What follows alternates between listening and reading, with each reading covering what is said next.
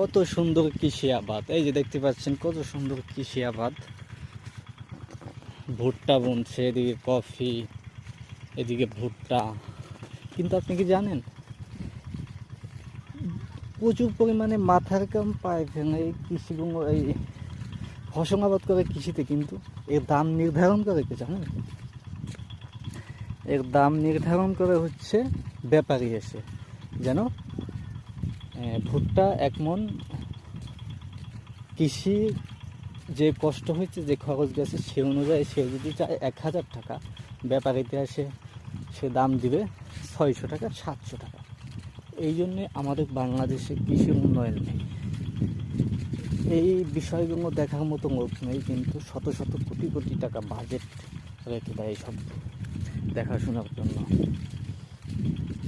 কিন্তু কাজের বেলায় অবদানটা এগুলো অবশ্যই দেখা